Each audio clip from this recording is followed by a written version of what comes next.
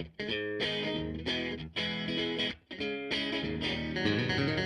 family, friends, just want to take a couple minutes here to kind of give you a window into what God's been doing in my heart over the past couple of years. Really started back in 2007 when God kind of really convicted me in my heart that I was leading a very lukewarm following of Jesus Christ, and kind of kick-started a spiritual journey in my life, something that I never experienced before.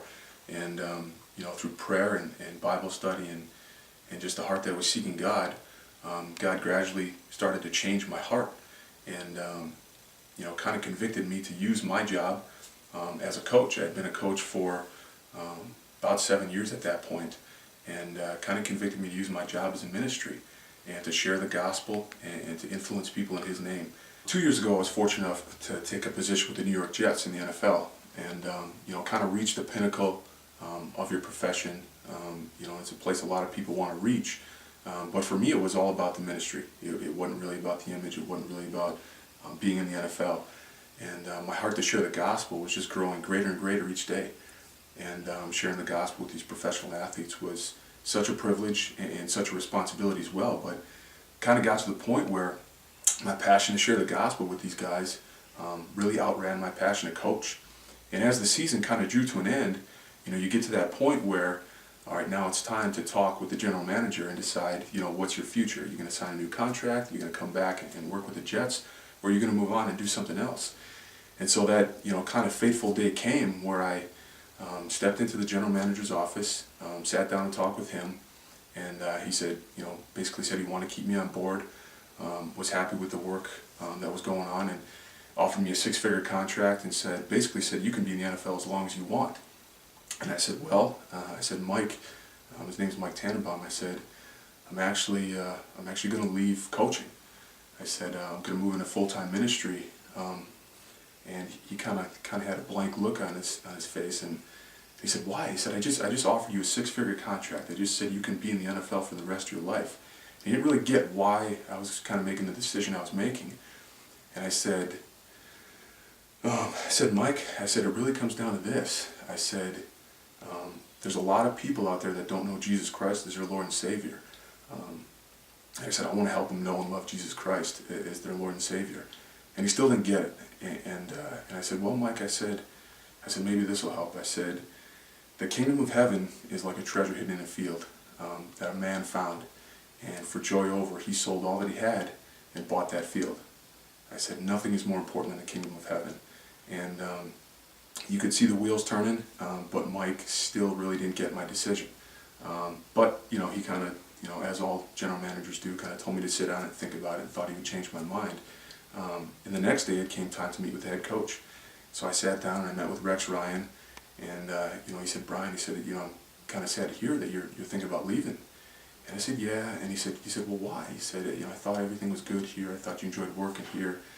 And I said, well, Rex, I said, and this is talking to a guy who I thought had no faith whatsoever. Little did I know. I said, Rex, the simplest way I can put it is this. I said, there's millions of people out there who don't know Jesus Christ as their Lord and Savior. I said, and if they die tomorrow, and he finished my sentence for me, he said, they're going to hell. And my jaw hit the floor, and I was kind of the confused one now, not knowing that Rex Ryan had any faith in Jesus Christ. And he said, oh yeah, he said, we'll all sit in front of God someday and be judged. And I was astonished by his words. And I went on to kind of share the gospel with Rex and why I was making my decision. And, he kind of started to develop some tears in his eyes, and I did too. And he said, Brian, if I would have ever known that your faith was this great, he said, I would have been down in your office every single day this season asking for help. He said, I have as much trouble as anybody following Jesus Christ the way I should, but I know it's the way to live life. I'm thinking, my decision's final. We're good to go. Good to move on to full-time ministry. And, for about the next 4 or 5 days, the general manager and the head coach, offered me more money and more money and more money. And, the culmination kind of was about 4 days after I told Rex I wasn't coming back. He came up to me and he said, well, what if I make you the head guy? I had been the assistant with the Jets, and now he's offering me not only a lot more money and a secure job for the rest of my life, but to make me the head strength and conditioning coach for the New York Jets. And funny thing is, the more they offered me in material terms, the clearer in my heart and in my mind it was that my decision to go into full-time ministry was absolutely right. One thing that's become a great realization in my heart throughout this last couple of days with the Jets is that as I pursue Christ more fully each day, He gives me favor with all men. So this journey's brought me to Iowa City, Iowa. I'm working for Veritas Church now in their college ministry, the Salt Company, and God's really put a passion and a vision in my heart to impact as many people here at the University of Iowa as possible. He's really put a passion in my heart to especially reach the athletes and just help them know and love Jesus Christ at a deeper level. So thank you for taking the time to watch this video. I hope it's given you a window into my heart and what God's been doing in my life. My prayer for you is that you would share in God's vision for the awesome work that is going on here in Iowa City. And if you want to share in that, I would just hope that you would join my monthly financial and prayer support team.